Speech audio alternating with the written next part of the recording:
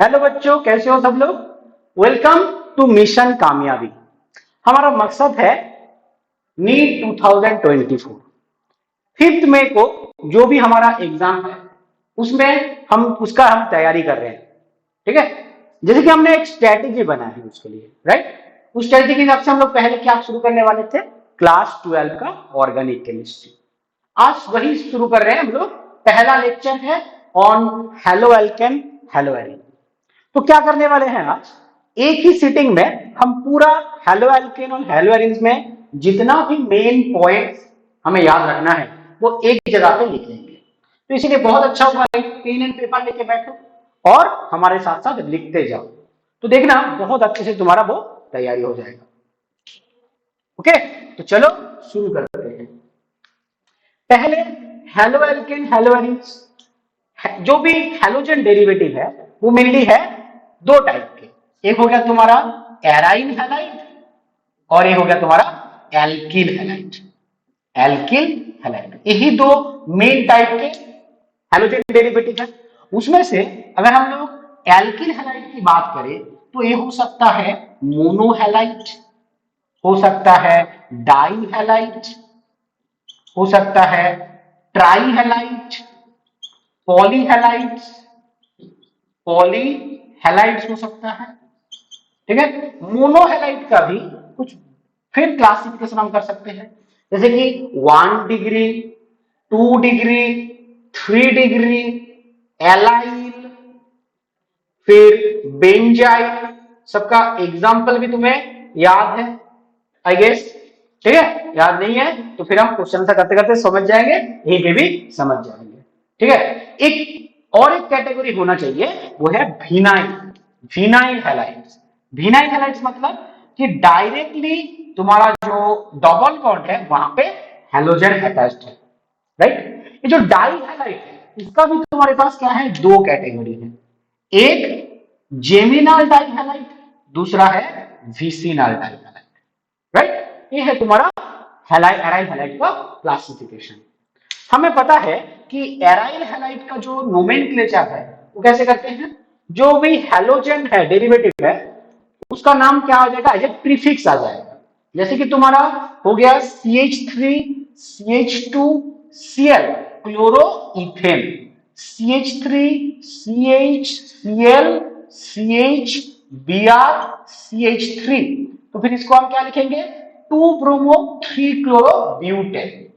ठीक है, halogen derivative prefix में आता है। आईयूपीएसी नोमेनक्लेचर में हमें इतना तो याद रखना है। एक आइसोमरिज्म वाला पॉइंट तुम्हें याद रखना चाहिए। आईयूपीएसी नोमेनक्लेचर भी हम तुम्हें बताएंगे कि एक बार देख लो।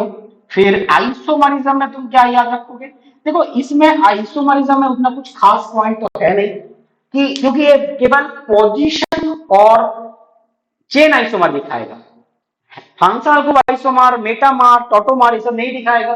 तो आइसोमरिज्म में इतना याद रखना है कि पोजीशन और पोजीशन एंड चेन आइसोमर, जो कि बाकी hello I mean alkene chapter में भी हमने जो पढ़ा था या फिर फर्स्ट चैप्टर में पढ़ा था वो बिल्कुल सेम है।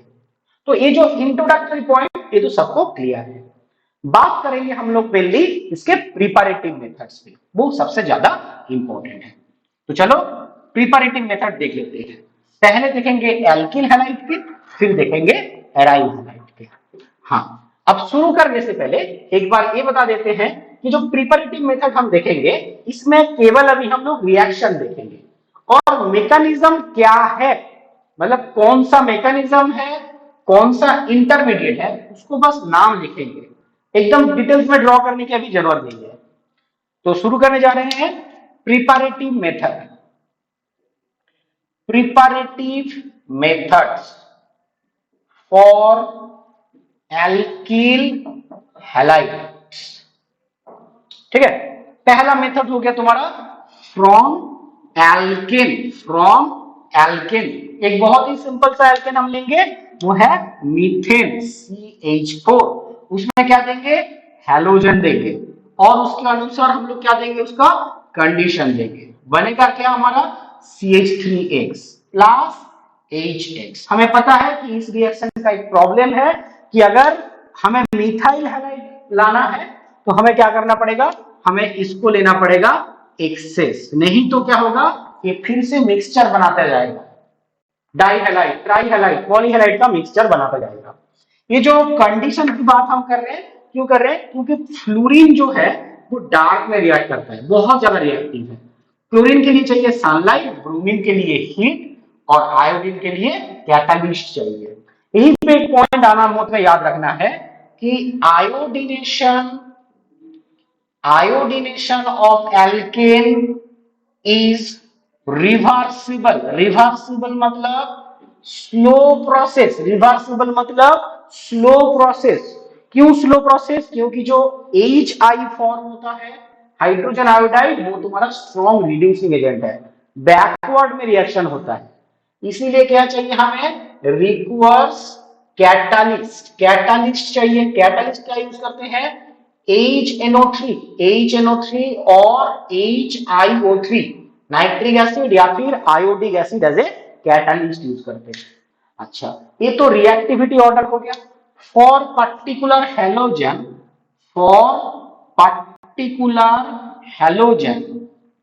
रिएक्टिविटी ऑर्डर क्या होगा, जो भी टर्शियरी हाइड्रोजन होगा वो तुम्हारा सबसे ज्यादा रिएक्टिव होगा, फिर सेकेंडरी हाइड्रोजन, फिर प्राइमरी हाइड्रोजन। अच्छा, जब रिएक्टिविटी की बात कर रहे हैं तो मैकेनिज्म भी बता देते हैं। मैकेनिज्म क्या है इसका, हमें पता है कि एक तरह के फ्री रेडिकल सब्स्टिट्यूशन मैकेनिज्म है। फ्री रेडिकल सब्स्टिट्यूशन में 3 बेसिक स्टेप होता है। एक होता है इनिशिएशन, दूसरा होता है प्रोपागेशन और तीसरा होता है तुम्हारा टर्मिनेशन। इनिशिएशन के बारे में क्या याद रखना है, यहाँ पे स्टार्टिंग में कोई फ्री रेडिकल नहीं रहेगा, सनलाइट देने के बाद या फिर बाहर से कोई कंडीशन देने के बाद फ्री रेडिकल बनेगा। स्टार्टिंग में फ्री रेडिकल नहीं, एंड में फ्री रेडिकल।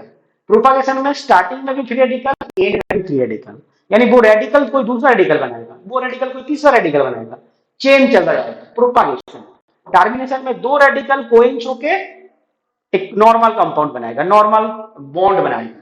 स्टार्टिंग में रेडिकल नहीं रहेगा, एंड में रेडिकल नहीं रहेगा। ये है 3 स्टेप, इतना ही याद रखना है। और क्या याद रखने के लिए बोलेंगे, यहाँ पे नंबर ऑफ मोनोक्लोरो डेरिवेटिव पे क्वेश्चन आते हैं।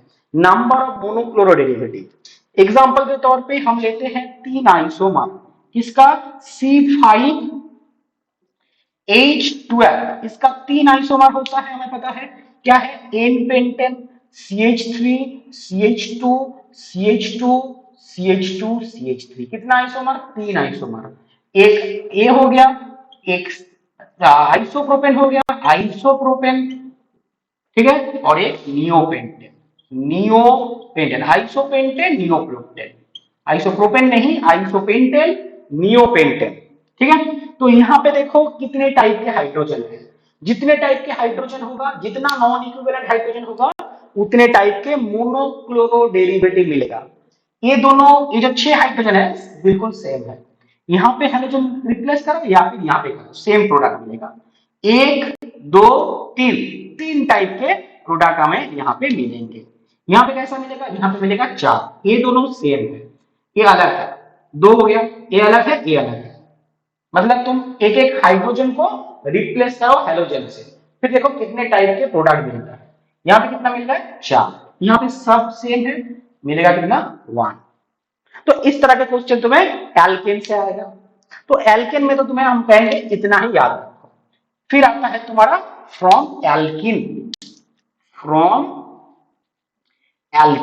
एल्किन्स में हम क्या करेंगे, हेलोजन एसिड ऐड करेंगे, तो उसको हम कहते हैं हाइड्रोहेलोजिनेशन।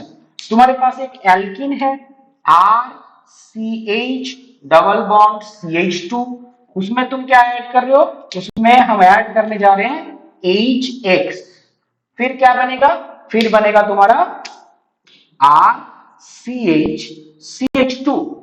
एक में तुम्हारा हाइड्रोजन ऐड होता है, एक में ऐड होता है हेलोजन। एडिशन रिएक्शन है, कौन सा एडिशन है, electrophilic addition reaction, electrophilic addition reaction mechanism for involve involve carbocation intermediate, carbocation intermediate बनेगा, उसमें हैलोजन अटैक करेगा। क्योंकि कार्बोकैटायन इंटरमीडिएट बन रहा है इसीलिए एक रिजियोसिलेक्टिविटी रूल होगा।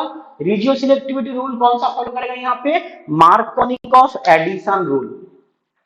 रिजियोसिलेक्टिविटी follow Markovnikov rule, Markovnikov rule, जिसमें क्या कहते हैं कि जो मोर सब्स्टिट्यूटेड कार्बन है वहां पे मोर स्टेबिलिटी मिलेगा कार्बोकैटायन का, इसीलिए हैलोजन भी वहीं पे अटैक होगा। एल्किन में इतना ही याद रखेंगे। अच्छा, पैरोक्साइड इफेक्ट, जब पैरोक्साइड इफेक्ट होगा तो एंटी मार्कोनिकॉफ प्रोडक्ट होगा। Peroxide effect only observe, peroxide effect only observed in HBr, HCl या फिर HI के केस में पैरोक्साइड इफेक्ट नहीं मिलेगा। HBr HI के केस में पैरोक्साइड इफेक्ट हमें नहीं मिलेगा, राइट? ओके, तो एल्किन हो गया, एल्किन हो गया। एल्काइन में कोई रिएक्शन नहीं होगा, आई मीन रिएक्शन होगा लेकिन हमें एल्किल हैलाइड नहीं मिलेगा, डाई हैलाइड मिलेगा। एल्काइन से हमें मोनोहैलाइड नहीं मिलता है, एल्किन और एल्केन से मिलता है। एक काम करो, स्क्रीनशॉट ले लो तो ये तुम्हारा क्लियर हो जाएगा, फिर बाद में भी देख सकते हो। अब तुम बात करोगे, हम लोग बात करेंगे फ्रॉम एल्कोहल। एल्कोहल से हम क्या बनाएंगे? एल्किल हैलाइड बनाएंगे।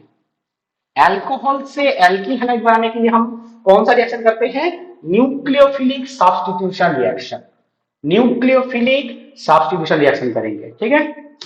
ये अच्छा होगा।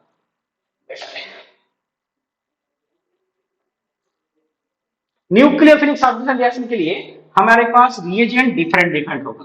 अल्कोहल से एल्किल हैलाइड बनाने के लिए हमारे पास जो रिएजेंट होगा वो काफी डिफरेंट है।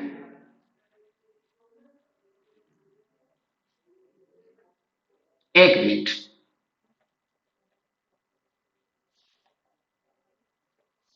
हाँ, तो चलो, अल्कोहल है तुम्हारे पास स्टार्टिंग मटेरियल।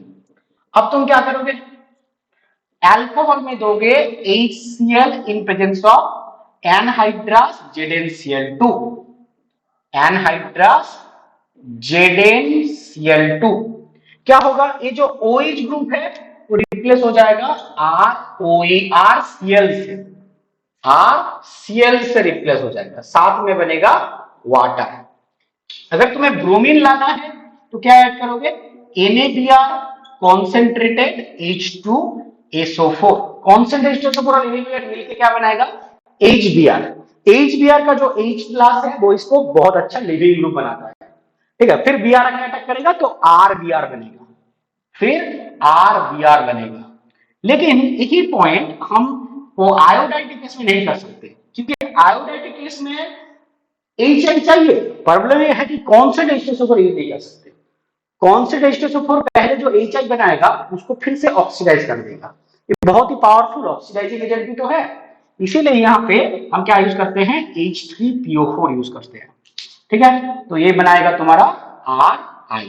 अच्छा, क्लोराइड बनाने का और भी तरीका है, जैसे PCl3 दे दिए या फिर PCl5 दे दिए, दोनों में ही R क्लोराइड मिलेगा, लेकिन बस साइड प्रोडक्ट दूसरा होता है। साइड प्रोडक्ट पे क्वेश्चन आते हैं, इसलिए ध्यान देना जरूरी है। यहाँ पे होगा H3PO3, यहाँ पे होगा POCl3 प्लस HCl, राइट? अच्छा, एक बहुत ही खास रिएक्शन है, बहुत ही खास रिएक्शन है अल्कोहल से एल्किल हैलाइड बनाने का, जिसका नाम है डार्जेंस रिएक्शन। खास इसीलिए है क्योंकि यही तुम्हारा सबसे बेस्ट मेथड है। तुम्हारे पास अगर अल्कोहल है, अल्कोहल में तुम दोगे thionyl chloride in presence of pyridine। pyridine के प्रेजेंस में क्या होगा? इसमें से बनेगा RCl, सल्फर डाइऑक्साइड और HCl। pyridine as a catalyst use कर रहे हैं हम यहाँ पे। ये इतना अच्छा क्यों है? क्योंकि यहाँ पे जो साइड प्रोडक्ट है ना वो क्या है? SO2 एंड HCl, दोनों ही गैस है, दोनों अलग हो जाएंगे, तो तुम्हारा जो डिजायर्ड प्रोडक्ट है वो बिल्कुल प्योर आ जाएगा, क्योंकि प्यूरिफिकेशन का झंझट है नहीं, तो फिर बहुत ही अच्छा रिएक्शन है, ठीक है? ये सारा जो रिएक्शन है nucleophilic substitution mechanism, nucleophilic substitution reaction. इसमें तुम्हारा जो ये जो मेथड हम बता रहे हैं, इसका जो रिएक्टिविटी ऑर्डर है that is very good for tertiary alcohol, then secondary alcohol, then primary. This is the reactivity order. ठीक है। एक पॉइंट ये भी याद रखना है कि pyridine के बेस में रिएक्शन जो मैकेनिज्म है वो है SN2 reaction. Without pyridine mechanism थोड़ा दूसरा होता है, तो इस पॉइंट पर थोड़ा खास ध्यान देना है।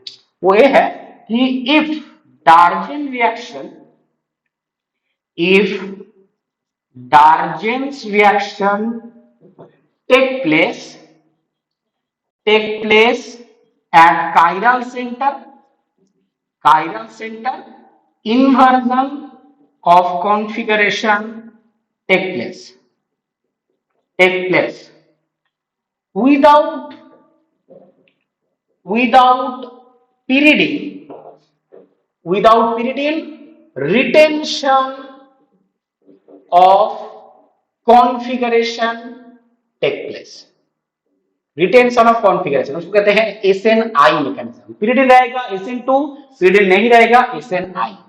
ठीक है। अल्कोहल से तुम्हें इतना ही याद रखना है। बचा हुआ है halogen exchange reaction and Hunsdiecker reaction. चलो, हेलोजन एक्सचेंज रिएक्शन मतलब क्या कह रहे हैं कि देखो ये जो जितना भी मैकेनिज्म लिखे हैं ना, तो इसमें तो हम केवल क्लोराइड और ब्रोमाइड ज्यादा लिखे हैं, आयोडाइड एक दो केस में लिखे हैं। लेकिन क्योंकि आयोडाइड बनाना थोड़ा डिफिकल्ट है, लेकिन कहीं में फ्लोराइड लिखा है क्या? नहीं, क्योंकि फ्लोराइड बनाना बहुत ही डिफिकल्ट है। इसीलिए फ्लोराइड के लिए एकदम बिल्कुल खास एक रिएक्शन है, बिल्कुल खास एक रिएक्शन है, नेम रिएक्शन। क्या नाम है इसका? स्वाट रिएक्शन। ये जो स्वाट रिएक्शन है, और आयोडाइड के लिए भी एक रिएक्शन है स्वाट रिएक्शन, स्वाट रिएक्शन, स्वाट रिएक्शन और फिंकेलस्टाइन रिएक्शन, फिंकेलस्टाइन रिएक्शन। दोनों में क्या खास पॉइंट है? यहां पे हम केवल फ्लोराइड बनाएंगे, फिंकेलस्टाइन में केवल आयोडाइड बनाएंगे, alkyl fluoride, alkyl iodide.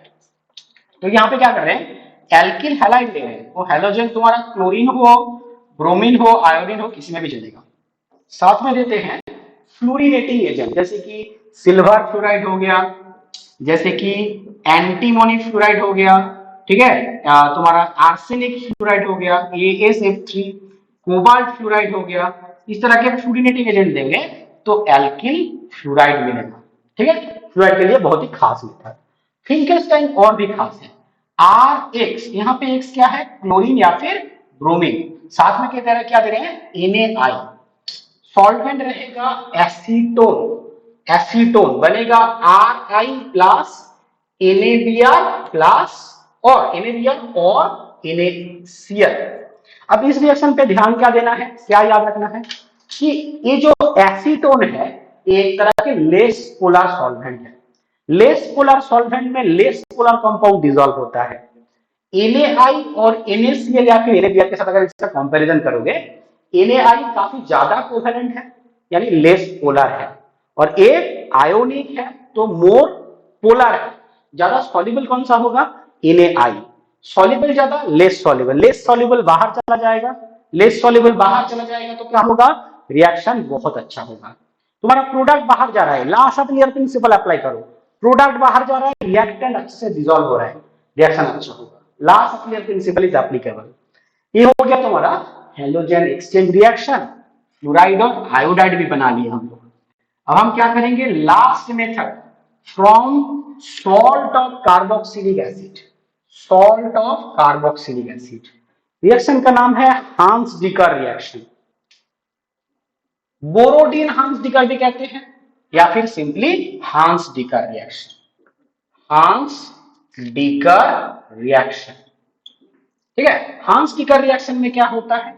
हांस-डिकर reaction में हम लेंगे कार्बोक्सिलिक एसिड का एक सिल्वर सॉल्ट और उसमें देंगे हेलोजन। खास करके हेलोजन ब्रोमीन के लिए बहुत अच्छा होता है।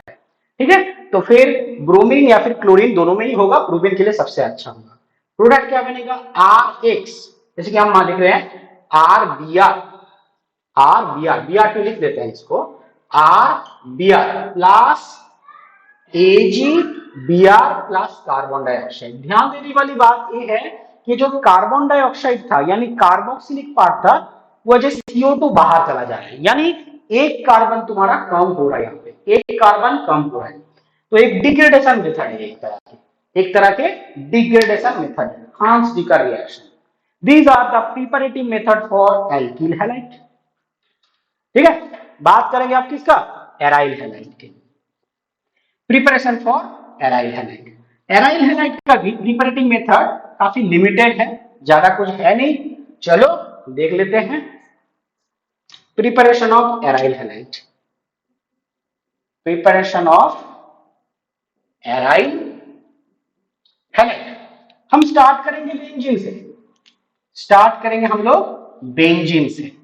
बेंजीन में क्या करते हैं, बेंजीन में हम देते हैं एक लुईस एसिड ApCl3 और देते हैं मान लो क्लोरीन या फिर ब्रोमीन, क्लोरीन या फिर ब्रोमीन देते हैं। इस रिएक्शन को ज्यादातर डार्क में किया जाता है लेकिन थोड़ा हीटिंग चाहिए होता है, तो इसीलिए एक किस तरह की रिएक्शन है, इलेक्ट्रोफिलिक एरोमेटिक सब्स्टिट्यूशन रिएक्शन। यानी यहाँ पे पहले आइदर Br+ या फिर Cl+ मिलेगा। ApCl3 जो लुईस एसिड है इसका रोल ही है ये इलेक्ट्रोफाइल जनरेट करे, फिर ये आ जाएगा। और एक मेथड क्या है, डायजोनियम सॉल्ट। डायजोनियम सॉल्ट जो है वो एमीन से एनिलीन से बनाते हैं, एमीन डेरिवेटिव यानी एनिलीन से बनाते हैं। एनिलीन से नाइट्रस एसिड रिएक्ट करोगे, डायोडेस से NaNO2 के प्रेजेंस में डायजोनियम सॉल्ट बनता है। डायजोनियम सॉल्ट, सॉल्ट इसका काउंटर आयन मान लो क्लोराइड है। यहां से हम बना सकते हैं कोई भी क्लोराइड, ब्रोमाइड, हैलाइड, फ्लोराइड सब बना सकते हैं। जैसे कि क्लोराइड बनाने के लिए हम क्या करेंगे, CuCl HCl, ठीक है, तो हमारा क्या मिलेगा, क्लोरोबेंजीन मिलेगा। अगर हम इसको क्या करते हैं, CuCl की जगह पे सिर्फ कॉपर और HCl देते हैं तो भी मिलेगा, लेकिन दोनों का नाम डिफरेंट है। इस रिएक्शन का नाम है सैंडमेयर रिएक्शन, सैंडमेयर रिएक्शन, और इस रिएक्शन का नाम है गैटरमैन रिएक्शन। इस रिएक्शन का नाम है गैटरमैन रिएक्शन। ये रिएक्शन ब्रोमाइड के लिए भी एप्लीकेबल है। आयोडाइड के लिए लेकिन हम क्या करते हैं, आयोडाइड के लिए हम सिंपली दे देते हैं पोटेशियम आयोडाइड, तो हमारा क्या बन जाएगा, हमारा बन जाएगा आयोडाइड। इस सब में साइड प्रोडक्ट क्या है, नाइट्रोजन गैस। जो डायजोनियम सॉल्ट का जो N2 वाला पार्ट है वो बाहर चला जाएगा, लिविंग ग्रुप है वही। लेकिन अगर तुम्हें फ्लोराइड बनाना हो तो तुम पहले क्या करोगे, HBF4 दोगे। HBF4 देने से ए जो काउंटर पार्ट है वो BF4- बनेगा और उसको हिट करने से फ्लोरोबेंजीन मिलेगा। इस रिएक्शन का भी एक नाम है, जिसका नाम है कि चीमैन रिएक्शन, चीमैन रिएक्शन, ठीक है, चीमैन reaction.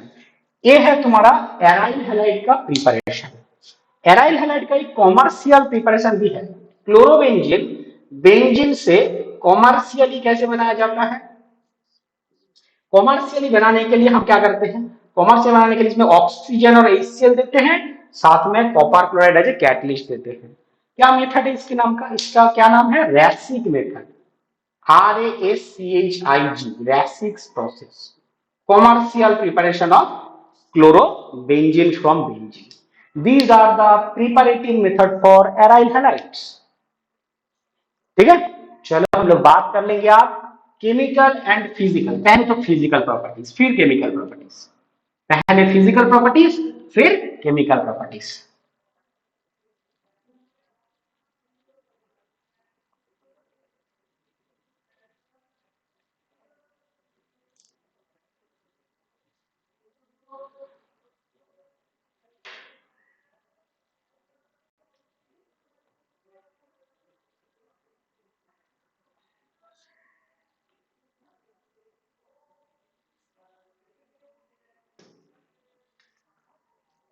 Physical properties and then chemical properties,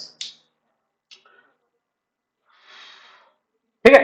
तो पहले फिजिकल प्रॉपर्टी देख लेते हैं।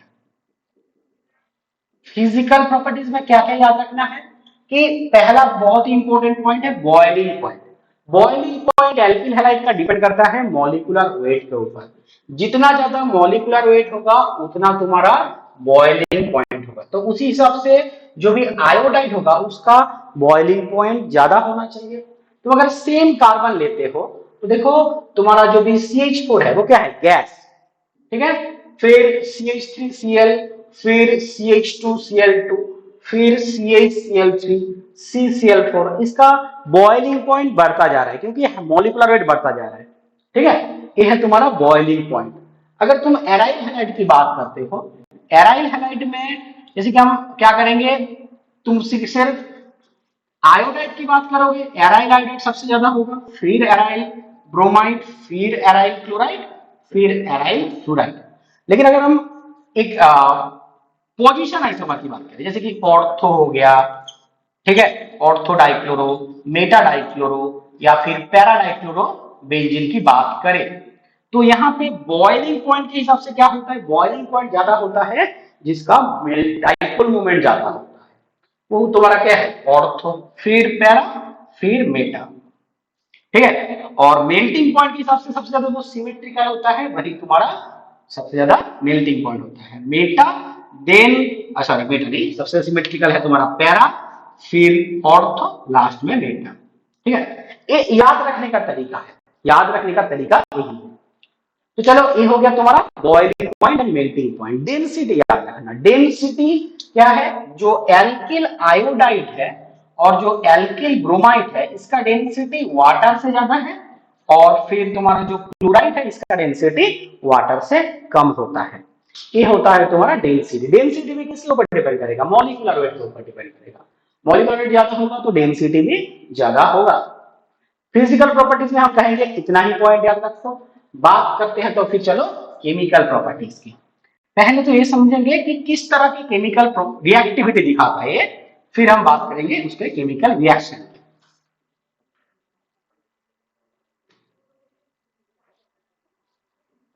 जो एल्किल हैलाइड है वहां पे जिस कार्बन में हेलोजन जुड़ा होता है वो होता है एक इलेक्ट्रोफिलिक सेंटर, और जो हेलोजन होता है वो अच्छा लिविंग ग्रुप होता है। इस वजह से यहाँ पे दो तरीके का रिएक्शन देखा जाता है, दो टाइप के रिएक्शन देखा जाता है। हेलो एल्केन में क्या होता है, हेलो एल्केन में केवल मेन दो टाइप, एक है तुम्हारा क्या, न्यूक्लियोफिलिक, न्यूक्लियोफिलिक सब्स्टिट्यूशन, सब्स्टिट्यूशन है, और फिर दूसरा टाइप क्या है, एलिमिनेशन, एलिमिनेशन रिएक्शन। एक तीसरे टाइप के रिएक्शन दिखा जाता है उसको हम कहते हैं कपलिंग रिएक्शन, कपलिंग रिएक्शन या फिर reaction with metal, reaction with metal. तो चलो पहले देखते हैं न्यूक्लियोफिलिक सब्स्टिट्यूशन रिएक्शन। हम यहाँ पे मैकेनिज्म डिटेल्स में डिस्कस नहीं कर रहे हैं क्योंकि हमने ऑलरेडी पहले चैप्टर में भी पढ़ा है। ठीक है, तो अभी हम केवल रिएक्शन को फोकस करेंगे। तो देखो न्यूक्लियोफिलिक सब्स्टिट्यूशन रिएक्शन करने के लिए हम एक एल्किल हैलाइड लेंगे। ठीक है, रिएक्टिविटी ऑर्डर पहले लिख लेते हैं। रिएक्टिविटी ऑर्डर क्या है, आयोडाइड सबसे ज्यादा रिएक्टिव है, फिर तुम्हारा क्या है ब्रोमाइड, फिर हो गया तुम्हारा क्लोराइड, फिर हो गया क्लोराइड। फ्लोराइड में उतना रिएक्टिविटी कुछ है नहीं क्योंकि बहुत ही स्ट्रॉन्ग बॉन्ड है। तो देखो एक्वास की यूज देंगे, एक्वास की यूज में से ओइच माइनस आएगा, आर ओइच बनेगा, अल्कोहल बनेगा। केसीएन देंगे, आरसीएन बनेगा। एजीसीएन देंगे, सिल्वर साइनाइड, तो एल्किल आइसोनाइट्राइल बनेगा। के NO2 देंगे, RONO बनेगा। एजी NO2 देंगे, RNO2 बनेगा। मान लो सिल्वर ऑक्साइड देंगे, ठीक है, वो भी ड्राई, ड्राई देंगे तो क्या बनेगा, ईथर बनेगा। मॉइस्ट देंगे तो मॉइस्ट सिल्वर ऑक्साइड देंगे तो अल्कोहल बनेगा। अच्छा, क्या देंगे, सोडियम सॉल्ट ऑफ अल्कोहल, तो फिर हमें क्या मिलता है, ईथर मिलता है। ये लास्ट वाला रिएक्शन है। एक क्या हो गया, ये तुम्हारा एक विलियम्स सिंथेसिस, एक नेम रिएक्शन हो गया, एक नेम रिएक्शन हो गया। ये है कुछ SN2 रिएक्शन के एग्जांपल। ये मेनली क्या दिखाता है, तुम्हारा न्यूक्लियोफिलिक सब्स्टिट्यूशन रिएक्शन दिखाता है। अब कुछ एलिमिनेशन रिएक्शन देख लेते हैं। एलिमिनेशन रिएक्शन, एक ही एग्जांपल देखेंगे। एलिमिनेशन रिएक्शन मतलब क्या है, एलिमिनेशन रिएक्शन में एक स्टार्टिंग मटेरियल रहेगा जिसमें एक लिविंग ग्रुप रहेगा, लिविंग ग्रुप के बीटा पोजीशन में प्रोटॉन होना चाहिए। जैसे कि तुम्हारा क्या हो गया, CH3 कार्बन हाइड्रोजन Cl, यहां पे भी सबसे ज्यादा रिएक्टिव आयोडाइड है, CH2 CH3 2 क्लोरोब्यूटेन। यहां पे हम बेस दे रहे हैं क्या, NaOET, यानी NaOET दे सकते हैं या फिर मान लो तुम्हारा NaOH अल्कोहलिक NaOH दे रहे हो, तो फिर क्या होगा, एलिमिनेशन रिएक्शन होगा। अब इस ग्रुप के हिसाब से बीटा पोजीशन ए भी है, ए भी है, दोनों जगह से अगर किसी एक से हम इस यहां से निकाल रहे हैं CH2 double bond CH CH2 CH3, अगर यहां से हाइड्रोजन निकालते हैं तो क्या बनता है। अच्छा, इस रिएक्शन का और एक नाम क्या है, डिहाइड्रोहैलोजिनेशन। हाइड्रोजन और हैलोजन दोनों जा रहे हैं, डिहाइड्रोहैलोजिनेशन। अब एक प्रोडक्ट है, ए भी प्रोडक्ट है, लेकिन सबसे मेजर एक होगा, माइनर एक होगा। यहाँ पे मेजर कौन सा होगा, ए होगा मेजर, ए होगा माइनर। ठीक है, ये कौन सा रूल फॉलो कर रहा है, सेडजेफ रूल फॉलो कर रहा है, राइट, सेडजेफ रूल, सेडजेफ या फिर जेटसेफ, सेडजेफ रूल। ऐसा क्यों होता है, क्योंकि जो ज्यादा सब्स्टिट्यूटेड होता है वो ज्यादा स्टेबल भी होता है, तो वही एल्कीन तुम्हारा सबसे ज्यादा स्टेबल, सबसे ज्यादा तुम्हारा क्या होगा, प्रोडक्ट होगा। ये क्या है, इसको कहते हैं Hofmann product, Hofmann product. Hofmann product में से हमें क्या याद रखना है कि हॉफमैन प्रोडक्ट,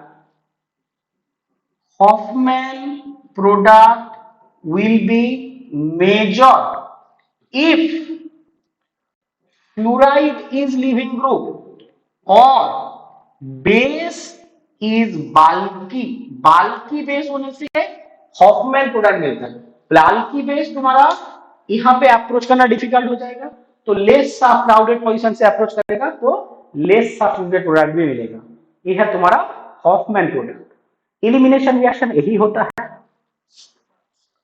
ठीक है, सब्स्टिट्यूशन एंड एलिमिनेशन।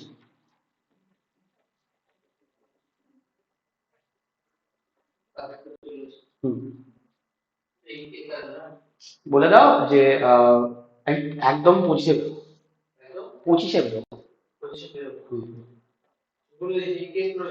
ঠিক আছে, থ্যাংক ইউ, यस बाय। अब बात करेंगे हम लोग कापलिंग रिएक्शन की। कापलिंग रिएक्शन मतलब reaction with metal, reaction with metal.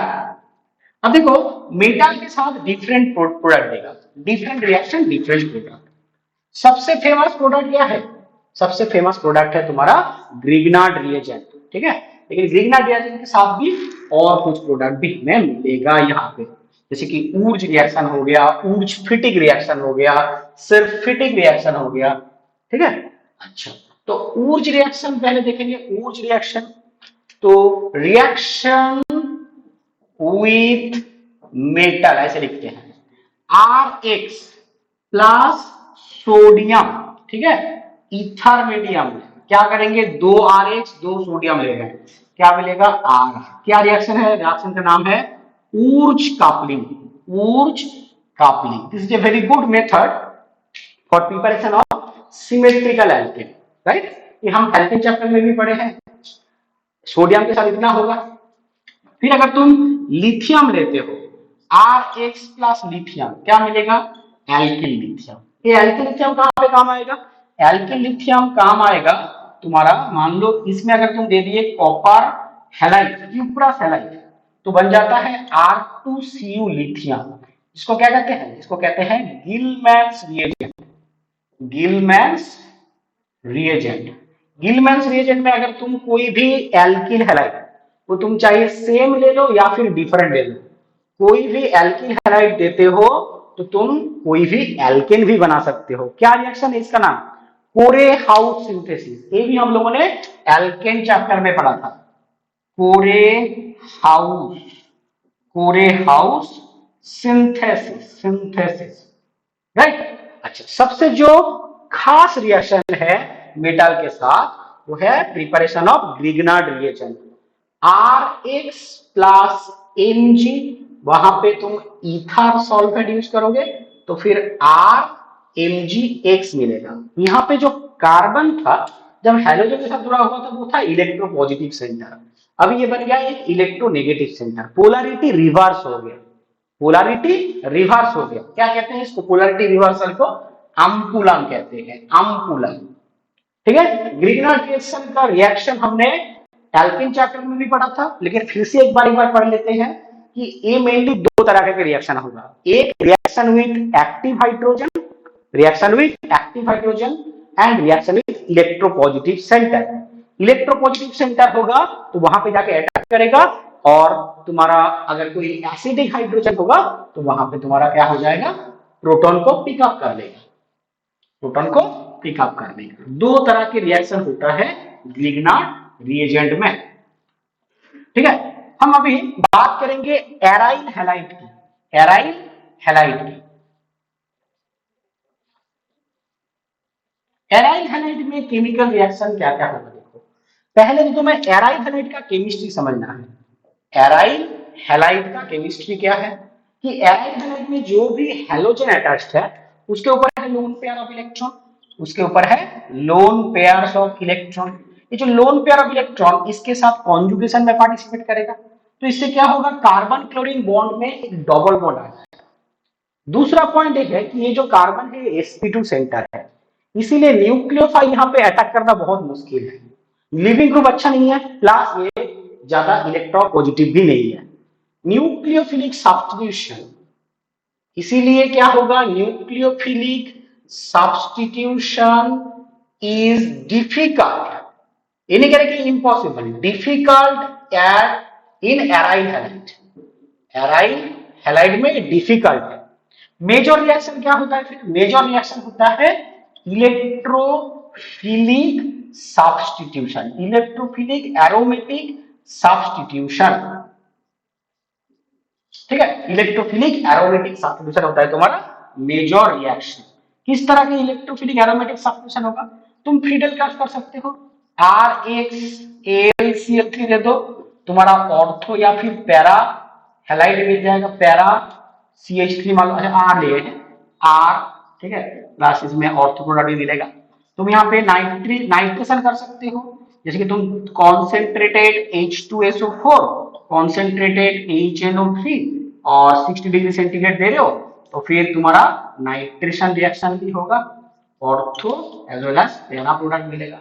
तुम यहाँ पे चाहे फिर से और एक क्लोरीन ला सकते हो, उसके लिए FeCl3 या फिर FeBr2 दे दो, फिर तुम्हारा क्या हो जाएगा, फिर तुम्हारा हो जाएगा यहाँ पे ऑलरेडी X है, यहाँ पे ब्रोमीन आ जाएगा, साथ में पैरा प्रोडक्ट आ जाएगा।